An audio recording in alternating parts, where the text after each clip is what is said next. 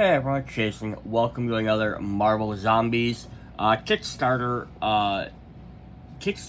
Stretch Goals box set. This is our third video, maybe fourth. Oh, I forgot. I take a little time in between videos, so I forgot where I was at. But alright, so we're going to follow the same format we've been doing in the previous ones. We will show off the miniature first by itself, and then we will pop up the character card as well as the card you'd face it, the spawn card for it.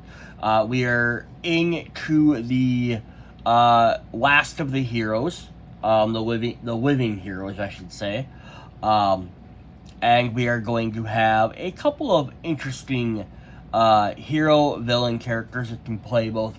You've been both sides of the team before, as well as the rest of the X-Men. So let's just go ahead and hop in. The first one I want to show off is arguably one of the craziest sculpts in the set. This is Dark Phoenix. Yeah, that's just crazy, right?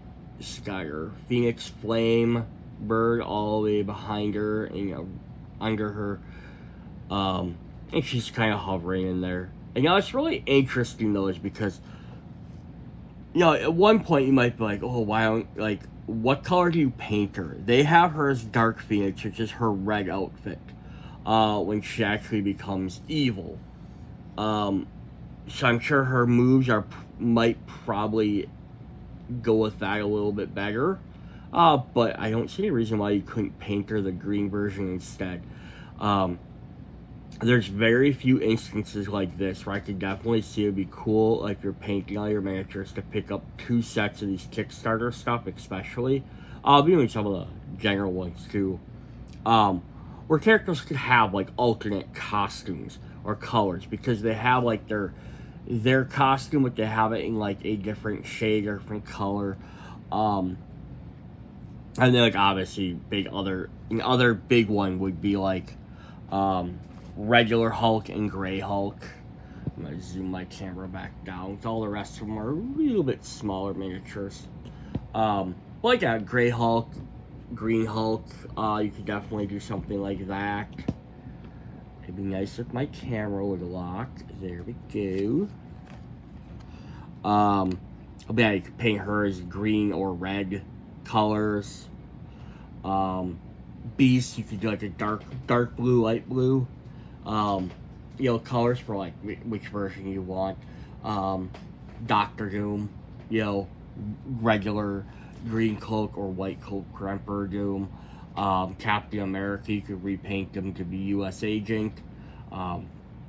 There's definitely a lot that could get painted in very easy ways. But then there's other ones I feel like you would struggle to do, how many different costumes did someone like Crossbones or Baron Zemo have? I know the Wasp has had a bunch of costumes, but as the Wasp, in the outfit that she's created in, same with Hawkeye, could you repaint them in a way so that they didn't look terrible? But it would be kind of neat. Alright, let's go ahead and hop into what the Dark Phoenix does. She has Psychic Bolt, which is only a ranged 1 attack. She has Telekinesis. During your turn, you may spend 1 power to have yourself or another superhero within range 1 perform 1 free move action. Okay, she can move herself or a free. It'd be interesting. I don't know how it worked gameplay wise, because I don't think as of now there's any way to ever move something. It'd be cool if you could have, if they would have had a way for you to move an objective, right? Pull an objective one zone closer. That would have been kind of cool, or push it 1 zone away. That would have been kind of a neat idea too. But that would have been a whole new gameplay mechanic, because there's nothing else that ever lets you move objectives. Limitless power. Once during your turn, you or another super within 1 range may increase their power to 4.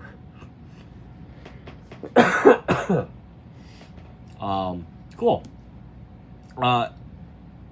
Interesting though, is because during your turn, she can power up herself or someone else. It kind of gives her the duality of the Phoenix. Is she being good or bad? And then the Immortal Phoenix. Enemies within range 1 suffer -1 toughness. Let's zoom in on these a little bit for everyone. Each time you would be eliminated, roll a die. On 3+, you don't lose your last health, and you may spend 1 die to reroll this die. Oh, that's crazy. So basically, she's gonna have a hard time dying, because 3+ gives you a 50-50 chance, pretty much, of not dying. If she's down to 1 health, go ahead and use limitless power, jump your thing back up to 4, and then at least you get 4 extra die rolls. So if out of 5 dice roll, you somehow can't roll a 3+, to keep yourself alive, you probably deserve to die. But you don't lose that. There's still no way to heal, though. So you still have to find a way to heal. Interesting. Very interesting character. To fight against her, each time she's eliminated, spawn her on the first spawn during that. So yeah, you fight against her, she's just like, I'm coming back no matter what. I don't even care about dice rolling to avoid the attack. That's pretty cool. Alright.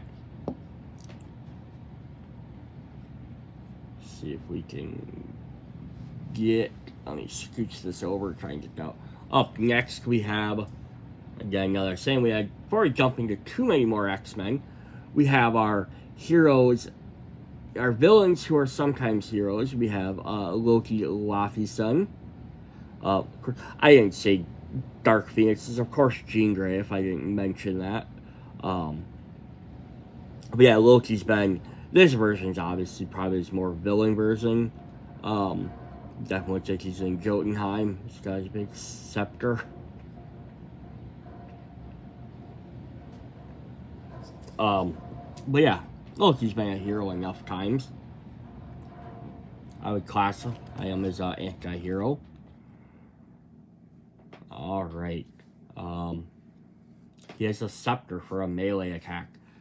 Not who you expected. Once during your turn, you may spend 1 power to select 1 superhero bystander within 2. I apologize. Within range 2, switch the positions of Loki and that hero or bystander. Oh, that's a cool effect. So it's kind of like a mini teleport, but it can help pull somebody else out, or it could help refresh, like, hey, this guy's dying, like, Loki can swap in for him, or other way around, this guy's turn ended, now Loki can swap into that spot, and now he can activate farther across the board. That could be pretty cool. Deception. Once during your turn, you may select 1 zone within range 2. All enemies in that zone immediately activate and attempt to move into your zone. Taunt effect. Always fun. That'd be kind of interesting to combine with the top one. Taunt all the guys into your area. Like they're coming towards you. You can taunt them to taunt a couple of guys to your area. Then swap with somebody else, who can maybe handle him better, right? Like, oh, he's playing with Thor. Bring Loki can distract them all towards him, and then he can swap with Thor somewhere else. And then Thor can now take care of him. That'd be kind of an interesting idea too. I am a god, you will kneel. Once during each enemy phase, you may select 1 zone with range 2. Walkers, brutes, runners in that zone do not activate this phase. Interesting. So instead of like illusion where you're hiding and they can't see you, he just stops guys from moving for a phase. And this could work well with either of the other two, because he could be like swap people around or bring people towards him, then you could stop them groups from activating during a turn. Yo, if you get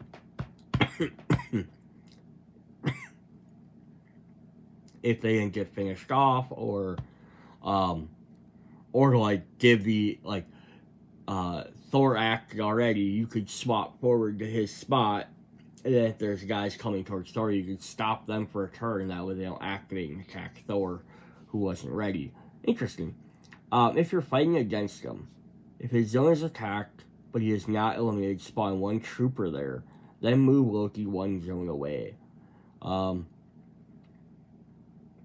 Interesting. So even if his zone's attacked, I wonder if that... I'm guessing because you select the zone, then there's sometimes abilities you have to select which guy you're attacking. I'm assuming because you're still selecting that zone. I wonder if that would make a difference. So if it's saying select the zone, but then pick superhero or horde, and you decide to pick the horde guys, being that you're not ignoring him completely, or the ones that say just ignore the super, does he still spawn a guy? Because that would be kind of crazy, right? If you decide to ignore him or not attack him or anything like that, and he still spawns and he moves away. Kind of crazy. Alright, let's look at our next guy. Slide these guys off to the side. I'll zoom in a little bit. Alright, our next hero villain character is good old Victor Von Doom. Dr. Doom. I like how he's got that rounded wall, so it definitely mimics his castle. Little bolts on the legs are pretty cool too. See if I can get a little bit better zoom up on some of his features there. Yeah. I still wish he had a big giant D belt buckle. But that's just me. Alright. What does good old Doom have in store for us?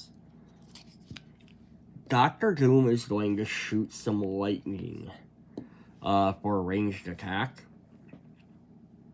Behold the might of Doom. Each time you eliminate a zombie hero, draw one hero trait. Once during your turn, you may discard one hero trait to gain 2 power. Cool. So you're going to get one every turn anyhow, so you can always opt to get it if you wanted the power instead. I am Doom. Once per turn, before attacking with lightning, you may spend power to gain the following effects. Choose one for each power spent. +1 to range, +1 to die results, which is your accuracy, or enemy is -1 toughness. Nice. Yeah, so it's definitely not bad. I always wish I had the ability to also do +1 die. Too, like that could be even more of a chain lightning effect potentially, but still not bad. The Will of Doom. Once during your turn, you may have one other superhero within 2 range perform 1 free action, then resume your turn. Commander ability makes sense. Yeah, definitely not a bad character at all. The I Am Doom ability in the middle gives him some good options, so you need to hit it at farther range, you need better accuracy. The 1 toughness, again, the walkers and runners only have 1 toughness to begin with, so this would definitely be more for helping to take out brutes, or your other heroes. And the top one basically gives him 2 power every turn, so you could use I Am Doom for 2. At least once you could use it for 2 different abilities, or all 3 at the 1 power he gains each turn. Or he has extra heroic traits, just give him a lot more options. It's just Dr. Doom. He has options. He never fails. He just, has setbacks in his plans. If you're fighting against him, during each end phase, shuffle all extra activation, rush, and special action spawns back card. Oh. Ew. That's gross. Yeah, so if you're fighting against Dr. Doom, he's going to be shoving everything at you as quickly as possible and as much as possible. Awesome. I love it. I say it's gross, but I love it. Alright. Go with that. We also have kind of a good old crossover all around, because we have good old Namor Mackenzie, the Submariner. That's some squids there. So he's been a hero, he's been a villain, he's been part of the Cabal with both Loki and Doctor Doom. So that's kind of a fun little team we could make there. We'll eventually have White Queen coming up as well, so there's another member. You have the Cabal trying to stop the zombie apocalypse. But he's also the first mutant, so he's going to tie right into our X-Men coming up. It's a very interesting costume too, right? Because it's not like his standard or like very classic like just Speedo look, which I don't think would have really fit the game as well. I think it would have been a little bit too outdated. But yeah, like the black half chest, I don't know what you call that, chest brace, maybe. But then he has like, even like the leg armor and stuff. It's just kind of cool because it makes sense. He's sort of like, hey, I'm here, I'm underwater, I'm going to defend myself. Alright. He starts a deep crush, a melee attack. For blue, he has vestigial wings. You ignore enemies when moving. You may spend 1 power moving to move an extra zone.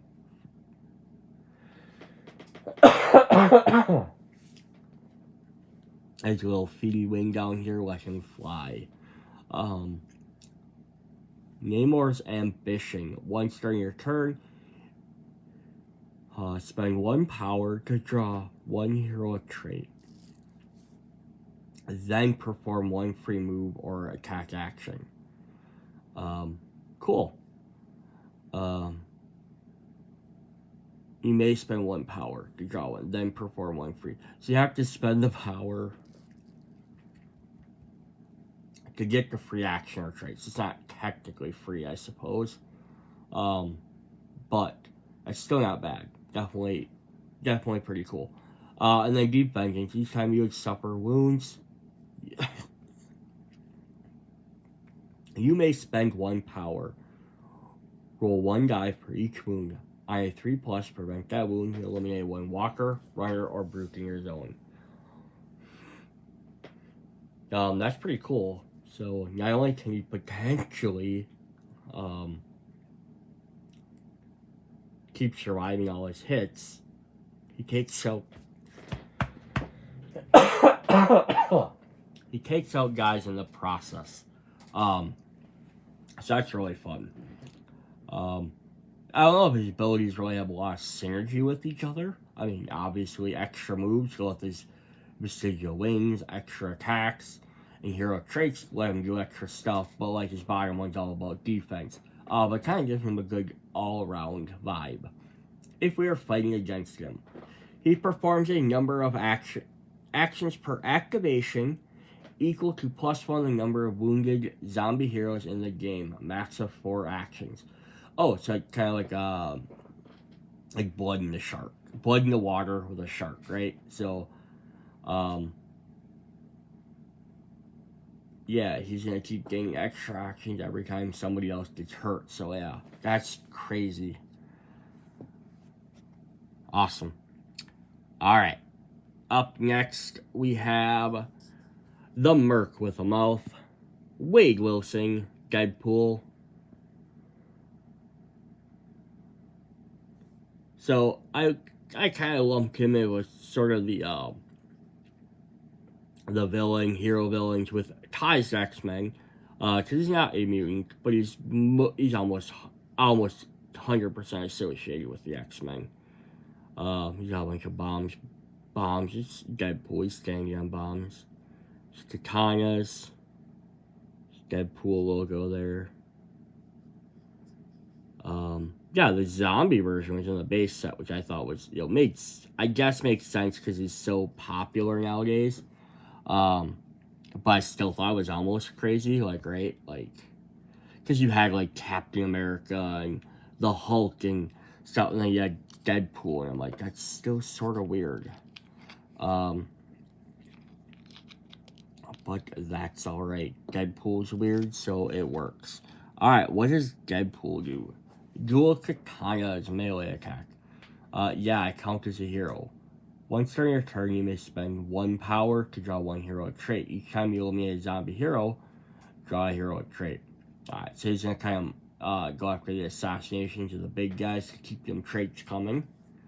Merc with a Mouth. Once during your turn, you may select 1 zone within range 2. All enemies in that zone immediately activate and attempt to move into your zone. So a taunt ability. And I'm the greatest, baby. Once during your turn, you may perform 1 free power-up action. You may reroll any misses. Each roll of 6 deals 2 hits to a single enemy.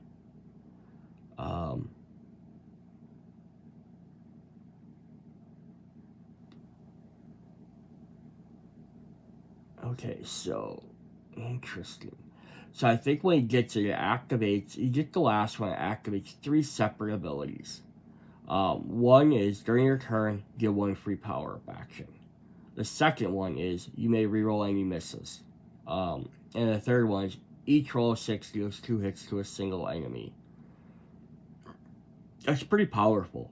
And I'll give it to him because I would rather have a little bit more of like an almost OP like final ability than like gimmicky or jokey abilities that Deadpool usually gets in most games. They make him so he works, but they usually give him like some gimmick thing, like, you know, they could have like, well, you have a Deadpool coin you have to flip, or, you know, or something like that. You know, like you have to drop one of your cards from the top of the game board, like 4th wall breaking stuff. And it's like, yeah, make him a little bit crazy and have that be his wall breaking ability. Like, oh, I know what's going on, I'm going to cheat the rules type of thing.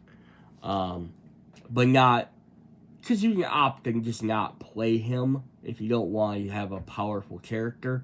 But when you have a gimmicky character, it's hit or miss, right? But otherwise, yeah, that's pretty cool. Even still there, even say it's pretty powerful. Rerolling misses and 6s do 2 hits, which is very powerful. Plus the free power up, you can roll extra dice. Is he can still take 3 damage and he's done, right? So it's not like they made him like, oh, if he dies, you know, flip a coin and he regenerates, or he always regenerates with 1 health unless he's the last character on the board or something like that. You know, that would have been a little bit crazy. Alright, to fight against him, unless he's been devoured, you can be eliminated from his spawn on the first spawn point during the next turn. So, like that. That's that's almost overpowered, but that's fine for a villain, because Phoenix had that too, but because they keep coming back. Great. But there's a way to get rid of them. Just devour them. But other than that, it's like, yeah, he's going to keep coming back. He's going to continually be a threat. He has his resurrection type stuff. But I don't think it's so... But it's different on a player getting that, because then they can feel like, well, I can do whatever I want, because I'm always going to resurrect. Alright. So we have the last... I'm going to say X-Men adjacent character that's not officially an X-Man. Not even a man to begin with. It is Captain Marvel, Carol Danvers. And a lot of people are probably like, why am I saying she's X-Men adjacent? If you don't know her history, that's why you don't know. Obviously, there's 2 big reasons why she's X-Men adjacent, and that is, first of all, her original powers were stolen by Rogue. That's where Rogue got super strength and flight from. Was from Carol Danvers when she was Miss Marvel. And then the second one would be because after she finally woke up from her coma from that, and she started regaining some of her memories, she went into space with a bunch of the other X-Men and became binary. Or she became like a red glowing star type woman, and she hung out with X-Men in space for a long time. This is well before she came back to Earth, became Warbird, and then eventually became Miss Marvel again, and then Captain Marvel. Yeah, so she definitely has ties to the X-Men. Wolverine, some stuff with him too back when she was more military. I like this look for her, though. Like, she's landed and she's ready to fight. The mohawk is pretty cool. But yeah, so I could have probably included her in the last video with, like, the Avenger characters from the base set, but I kind of wanted to, I was trying to even out the number of characters, first of all, and second of all, I wanted to include her at the X-Men, because I kind of felt like she fit with the X-Men, too. Alright, she has Mighty Punches for a melee. Energy Focus. Enemies suffer -1 toughness against your Mighty Punches attack. When attacking with Mighty Punches, you may spend +1 or power to gain 1 range. That's cool. She's kind of like a little extra extended blast on her punches. The Gangburst Special. Once during your turn, you may spend 1 power to move up to 2 zones, ignoring enemies, into a zone containing enemies, then perform 1 free Mighty Punch attack. Neat. So she gets a move attack ability for 1 power, which she already has -1 toughness, so she can take out bigger guys a little bit quicker.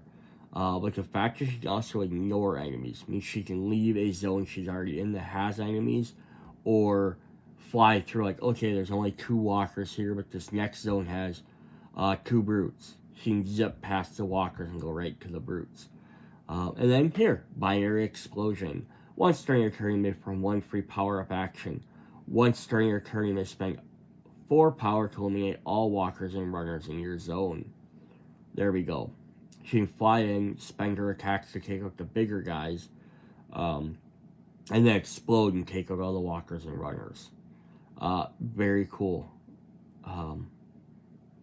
Very interesting way to play as her, too.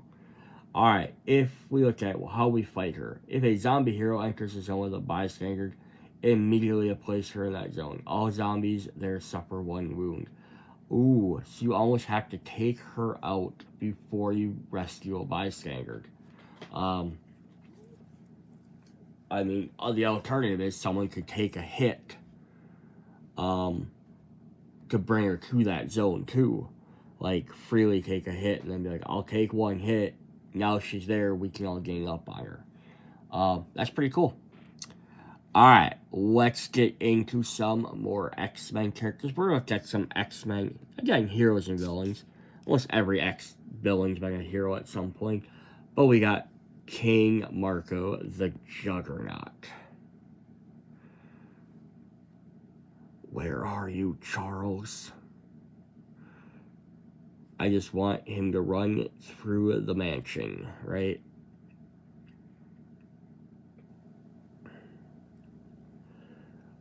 Yeah, definitely interesting, good sculpt, classic costume.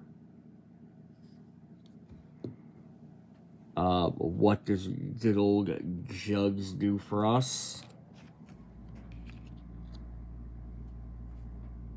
He's got Body Slam. He's a wrestler now. Melee attack.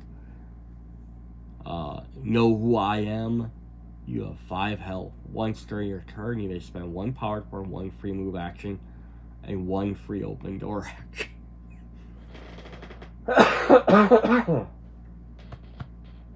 Oh, it definitely makes sense, right? Extra health. Plus, he's gonna run through doors. It would have only been, I don't know if it would have been more wordy or it would have been confusing to put down, but it would have been interesting to have some way of basically being like, you may have 1 free move action, and then automatically open any door you would move through. So that way you could continue your movement, right? Otherwise, personally, around this means he could, like, move 2 spaces, he has to stop at a door, spend his free action opening the door, but then now he can't resume his movement. Or he can start at the door and bash it down and then start running through there. But yeah, he has to stop at a door, but he still gets a free out of it. It says, I'm the Juggernaut. When performing a move action, you eliminate 1 walker, brute, or runner. in each zone you entered and may spend 1 power to move +1 zone. That is definitely nice. So,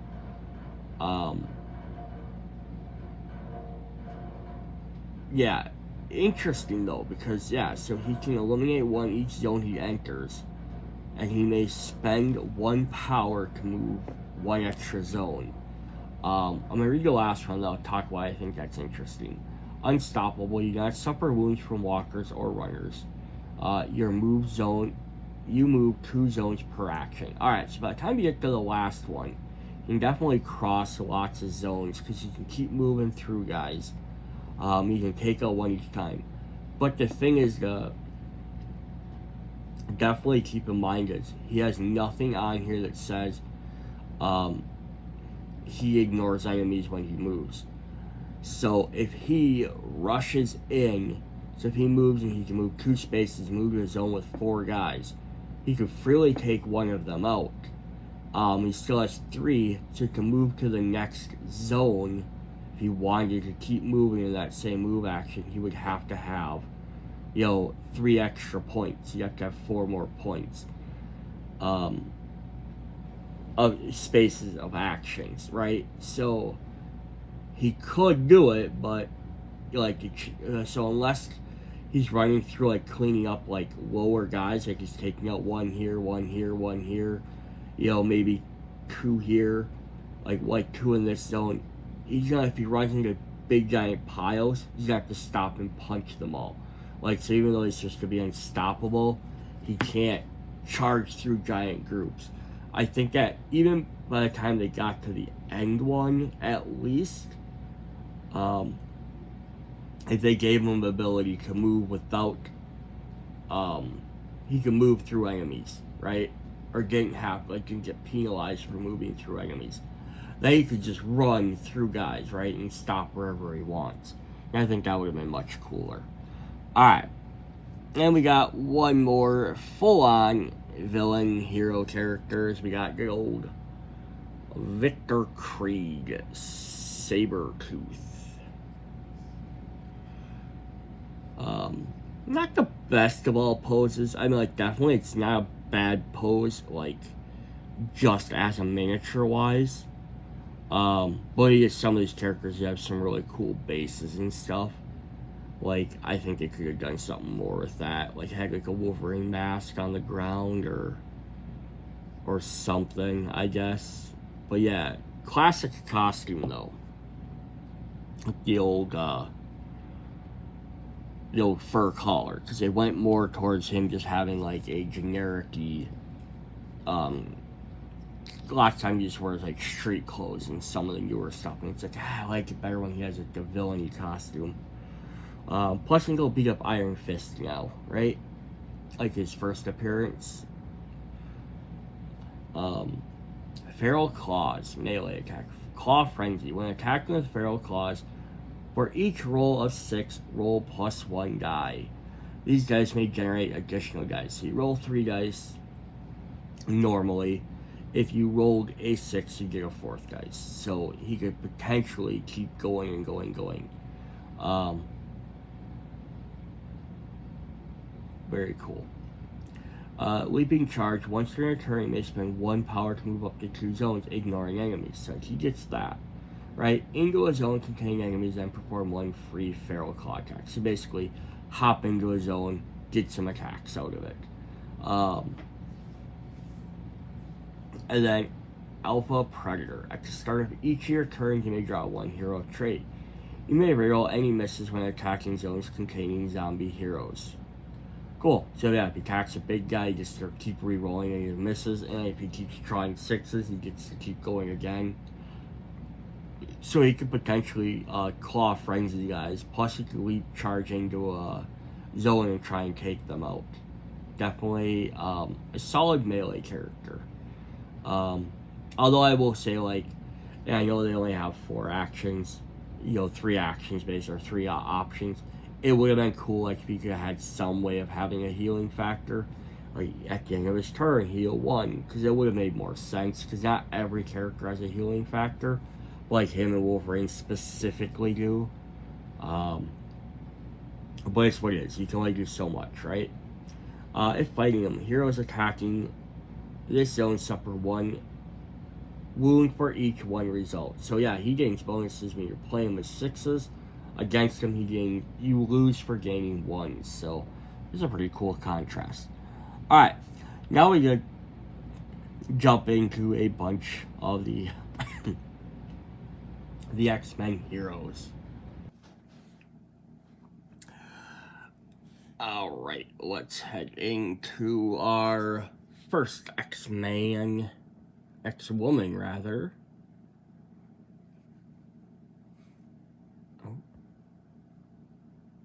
We have Emma Frost, the White Queen, staying over at Xavier's school sign, of course, in a more modest costume that she wears some of the times, you know. But she's still got her cape on, which is pretty fun. Still my favorite interpretation of her ever. And a lot of people love her with the X-Men, leader of the team, you know, all that stuff. I still love her when she was leading Generation X. I think that was one of my favorite times because it really pushed more towards that thing of showing that, like, with the Hellions, that she wanted to be a teacher, and train the next generation as opposed to just being a leader of everything. When she stepped up to kind of Scott and kind of became like the leader of the X-Men, she just expanded her focus for the most part, but then they kept doing stuff where they're like, oh, maybe she's actually evil, maybe she's gonna... It's like, no, I don't think she'd have a problem of going like the dark direction for the sake of like this is the steps we need to take to save mutants, you know. But I don't think she was ever like straight up evil again. And even still, like from the beginning, even when she fought the X-Men, she was never truly evil. She was, you know, but that's what it is. It's comic books, they keep changing everybody. Alright, she has Mind Bolt for a ranged attack. Induce pain. Once or during your turn, you may spend any amount of power. For each power spent, deal 1 hit to 1 walker, runner, or brute within 1 range. Interesting. So just free damage. Not free. You have to pay for it, but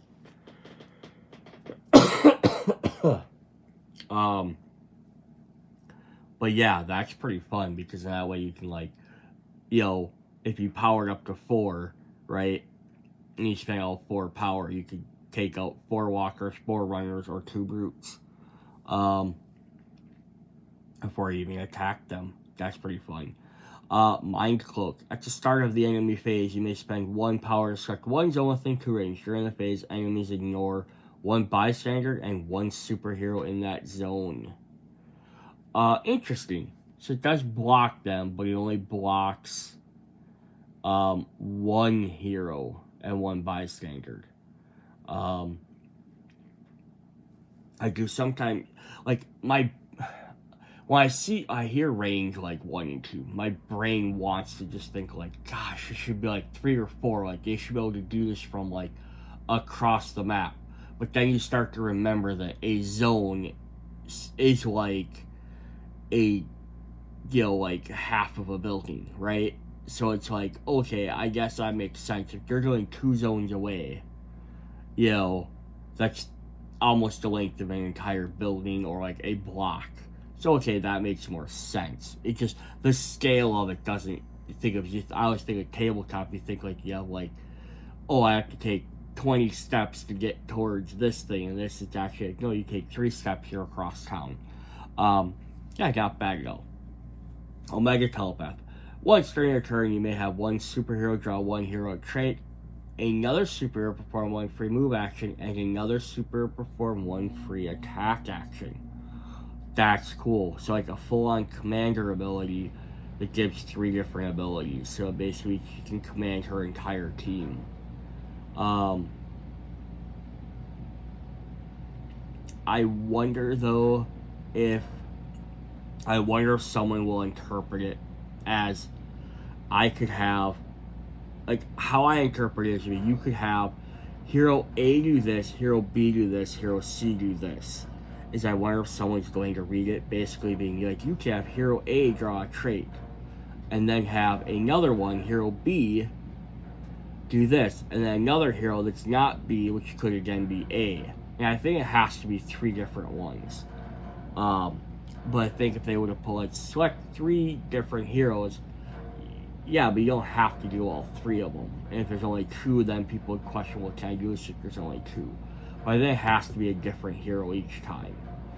Which maybe could have included, like, each action must be different heroes, you know. But that's pretty powerful. Yeah, sets everyone up later, either for their next turn, or if she starts off the turn, can set everyone up for what they need to do on their turn. That's pretty cool. If you're fighting her, bystanders within 2 range cannot be devoured. Zombie heroes must spend 1 additional action to attack her zone. Okay, cool. So I wonder if that kind of reflects like her diamond hard skin. I'm glad they went the telepathic route versus the diamond skin. I feel like too many things fall back on that now. Like, oh, she has diamond skin, we'll just make that her superpower. It's like, well, it is. She does use it, but she usually only uses as a backup. Like, she doesn't go into like front-on combat generally. If she has to, she will. But and then the other thing is, in a game like this, where I think it would be tricky to do something like that, is because technically, if she goes into her diamond hard skin, she can't use her telepath or her mental powers. So, you either have to like break that narrative, or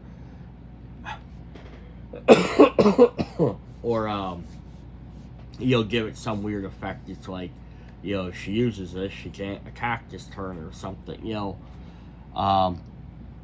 yeah, it'd be interesting. It's doable. It's just you have to work around it. All right, I'm gonna drop these cards off. They're getting a little heavy.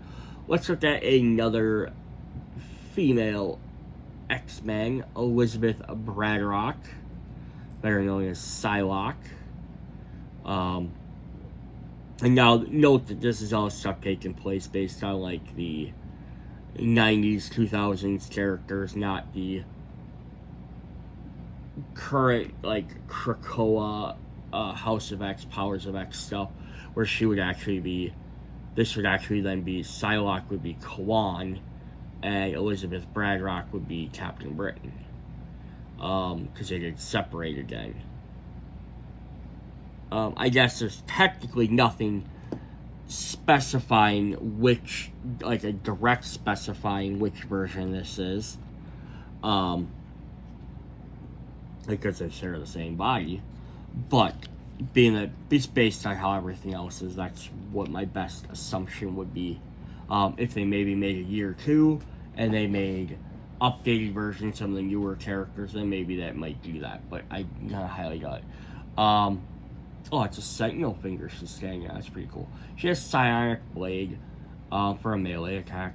For blue, she has Psychic Bulk. Once during your turn, you may automatically eliminate 1 walker or runner within range 1. Just ninja. Just gonna stab them in the head and fry them, I guess. Psionic Focus. Once during your turn, you may spend 2 power to perform 1 free attack or move action, or spend 1 power to draw 1 heroic trait. Interesting, so it gives you some different options. It's always fun. And then Precognition. During the enemy phase, you may draw as many spawn cards as there are active spawn points and choose which supplies each spawn point. I do love that as an effect. That is really cool. She's kind of got a little bit of assassin stuff in there, but she's got her psychic stuff too. Focusing her abilities to like boost her stats. Very, very different. You gotta try and make her not play like Jean Grey or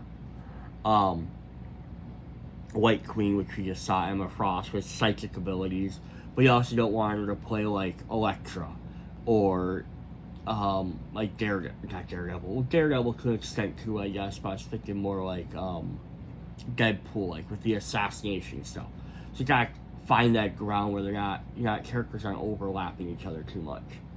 Alright, if we fight against her, zombie heroes in the 1 range must increase hunger by 1 additional to use zombie traits. Okay, so that's not terrible. That's probably an easy one to play around. Just don't use your traits near. Alright. We have the Raging Cajun Gambit Remy LeBeau. He has a sentinel full sentinel hand. He's standing on.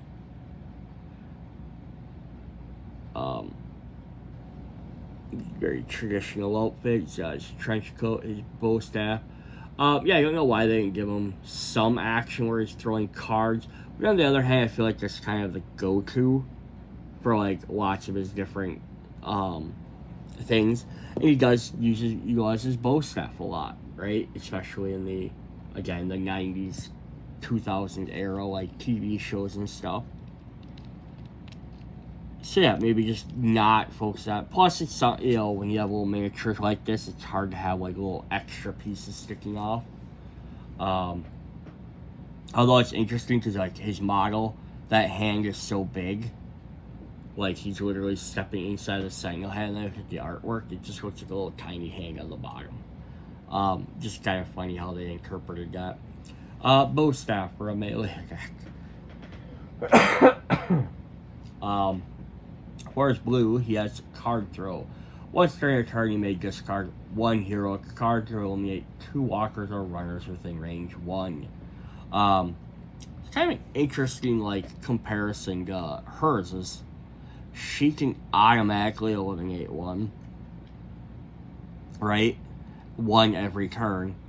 He has to spend a card, but he just eliminate 2 of them. And then Emma's was spend power to do damage to them. So it's kind of interesting. We have 3 characters that can eliminate walkers and runners, but they do it in different ways. Charge toss. When using card throw, you may spend 1 power to eliminate all walkers and runners in a targeted zone, or spend 2 to eliminate all brutes. That's pretty cool too, right? Spend his power. It's interesting because, again, like I said, they're using his bow staff as his regular attack, but his card throw is what he's more common for, charging up his cards and throwing them. But it's more interesting, I feel like, to have it as this. You're literally discarding a card. He's spending power, because he only has a finite resource of that stuff. And then Kinetic Mastery. Once during your turn, you may spend 1 power for 1 free action. So you can kind of internally charge his kinetic stuff. Just be able to move a little bit quicker, act a little bit quicker, attack quicker. That's pretty fun too. Awesome, very interesting character. Have to show how well he plays around with Rogue, right? If we're fighting him, can attack from a range equal to the highest danger level among zombie heroes, 1 to 4. His attack hits all zombie heroes in target zone. That's pretty fun for a villain. Right early on, he's kind of hanging back, but as his threats increases, he's like, alright, time to play. Starts chucking bombs at people, right? Yeah, it seems very Gambit, not to jump out in the fray. Alright, then we have the leader, the general leader, Scott Summers Cyclops. Yes, it's interesting to give him more of his modern costume that he would have had when he was leading with Emma. There's a broken sentinel head on the ground he's standing on. Kind of like an eyeball there. There's some brains. Spinal cord. Oh, I think maybe there's the eyeball right there. Yeah, was just some gears out the back, I guess. I would have preferred his 90s version, but this isn't a bad costume either. Awesome. Alright, let's look at what he does.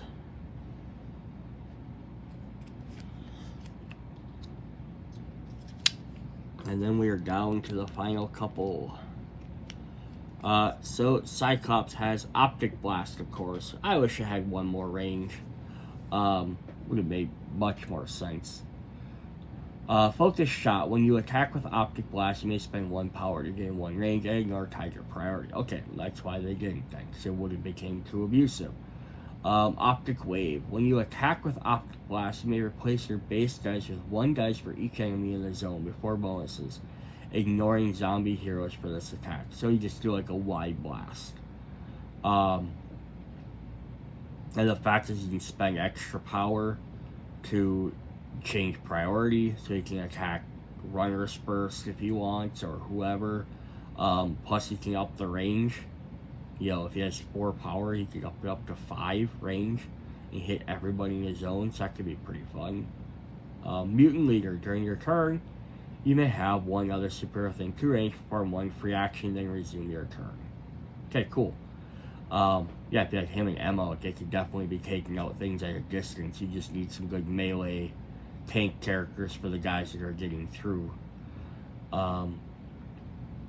If you're fighting against him, his attacks target the farthest zombie hero in line of sight, as well as all intervening zones. Wow. So here I thought Gambit was pretty crazy, shooting like up to 4 spaces. This Cyclops is just gonna look down, but he's just gonna look down like whoever he's targeting, he's gonna shoot, and he doesn't care who's in the way.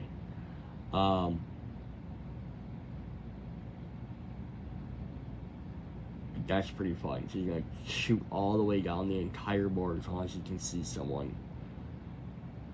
Makes sense though.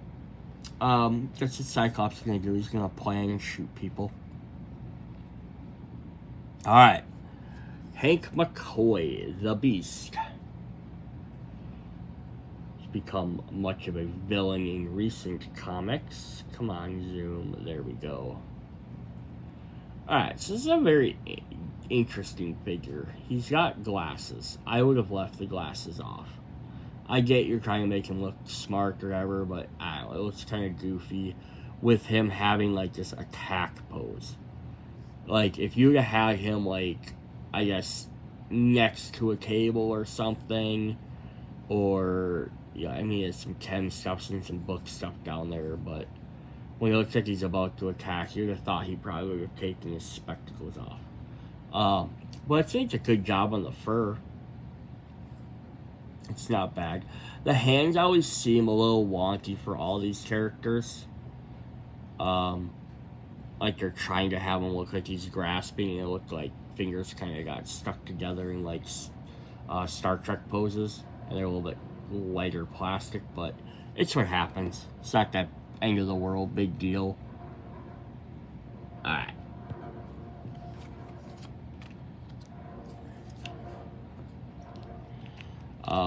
Good old Beastie Boy. Has claw swipes for melee attack. Genius Intellect. Once during your turn, you or another superhero within 2 range may draw 1 hero trait. So a lot of stuff with drawing extra hero traits, of course, it's your main ability to do stuff. Claw Frenzy. Before attacking with claw swipes, you may discard 1 hero trait to roll 2 dice. Plus 2 dice. Each time you attack, roll for 6 plus. Roll 1 die. These dice may generate additional dice. Cool. It's just kind of like Sabretooth, same thing. Claw Frenzy. Just all of a sudden you can become enraged. Basically discards his smarts to do more damage. And that's sort of the idea there. His genius is like, I'm Beast, I'm gonna plan stuff. But then he can like go Berserker Fury. And Supreme Agility. You gain 1 free move and ignore enemies when moving. Definitely nice. Each time enemies spawn within 1 range before any rush, you may spend 1 power to perform 1 free move action. Cool. So you get a free move already. You can ignore enemies if they happen to get near you. So he can move closer to the spawn point and do stuff over there. Because he can always, he always get an extra chance to move away. It's pretty fun. If you're fighting against him, attacking a zone at range 0 suffers -1 to dice results. If his zone is attacked but he is not eliminated, move him 1 zone away. Oh, so cool. So you basically need to range attack him. Otherwise, he's going to be harder to hit. His agility kicks in. And then he will move away if you can't defeat him as well. Although he only has 3 health, so it's not too bad. Alright. 3 more heroes, and then we are done with the X-Men. Then next video will be zombies. we have good old Kitty Pryde. Again, it's interesting why they drew some eras versus this. This is obviously more of like her 90s version or 80s version. She's still wearing the school uniform, as opposed to like more of her Shadow Cat outfit when she's with Excalibur. She's the older classic version of this, but then like, you know, you have Emma and Cyclops with more modern versions. Of course, she has Lockheed with her. Lockheed the Dragon. Yeah, so it's interesting, like, that's something I love to always hear from, like, the creators of stuff like this is, like, you know, why did you choose this version of her versus, like, her Shadow Cat costume? Which is more like a military, as you say, like some pockets and stuff. I'm not saying, like, go all the way up to again Krakoa age, but, like, you have a lot of these characters pulled from, like, they look like they're from the 90s animated series, that time frame, right? But then you have some characters that have, like, almost newer costumes. So it's interesting. Loki gives her ranged damage. Of course he does. Breathes some fire on people. Intangible. Ignore enemies when moving and may perform open door actions for free. Nice. I always did open doors. And plus you can just walk around. Open the door, spawn enemies, walk through to get the thing. Although they can still hit her, but if she can move quickly enough and not stop, at the start of each enemy phase, you may spend up to 2 points. For each point spent, one bystander spirit in your zone cannot be allocated wounds during this phase.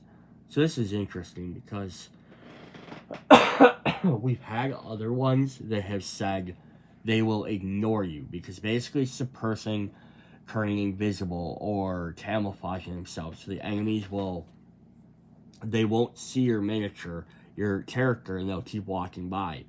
This, what it does, they'll still see you, so they will still attack you,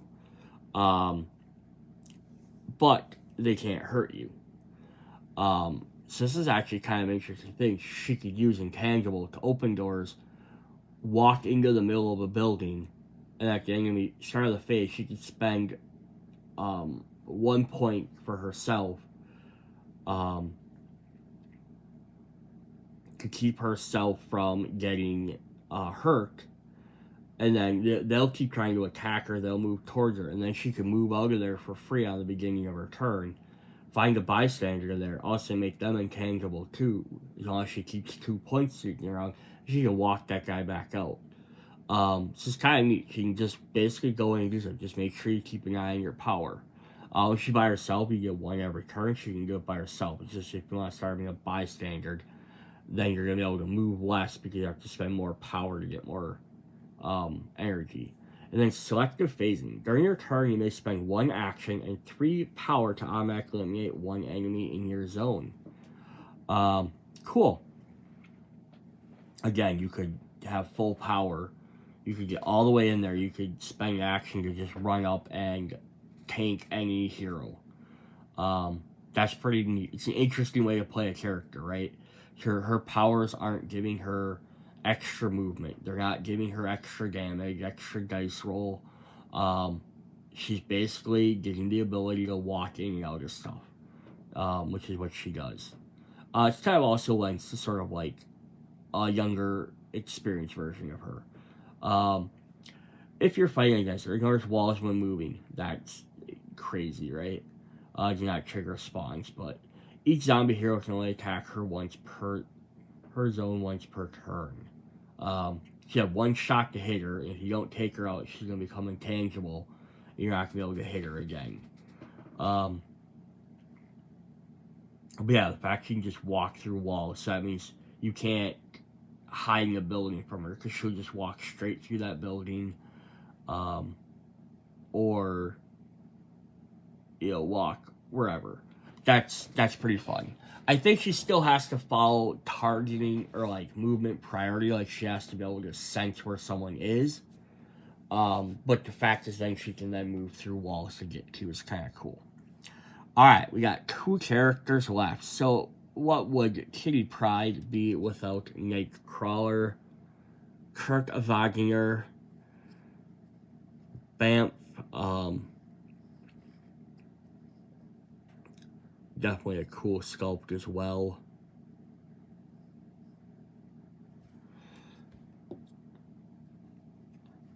So if she was all about moving through walls, my guess would be he'd all be about moving across the map. So his acrobatics, to start off with the melee attack.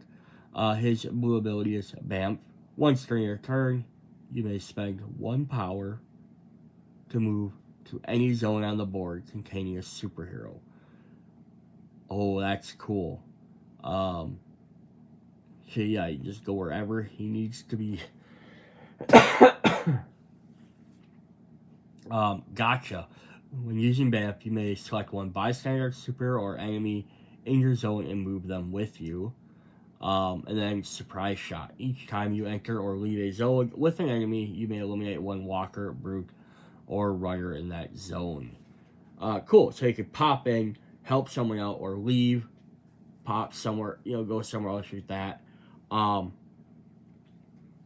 Even combine with Kitty Pryde would be pretty crazy. Have her move through a building to get to where a bystander is, and then instead of having her having to keep trying to spend that 2 power, have him Bamf in there during that turn, and then maybe fight someone if he can or whatever.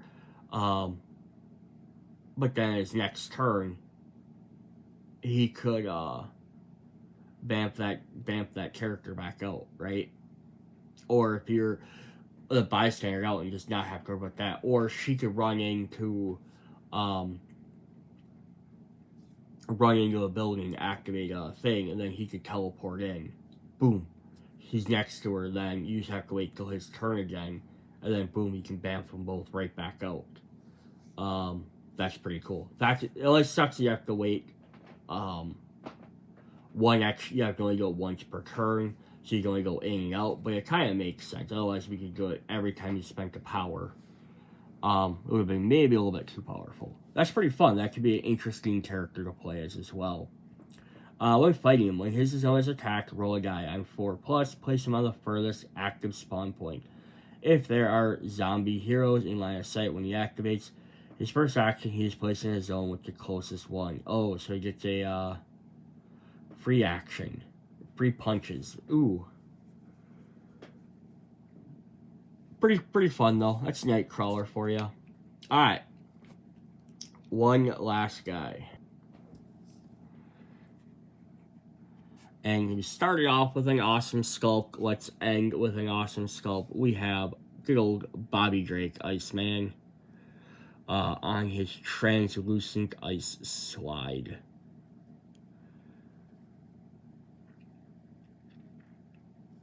Now I only wish we also had Firestar in this set, because then we could have had Spider-Man and his amazing friends.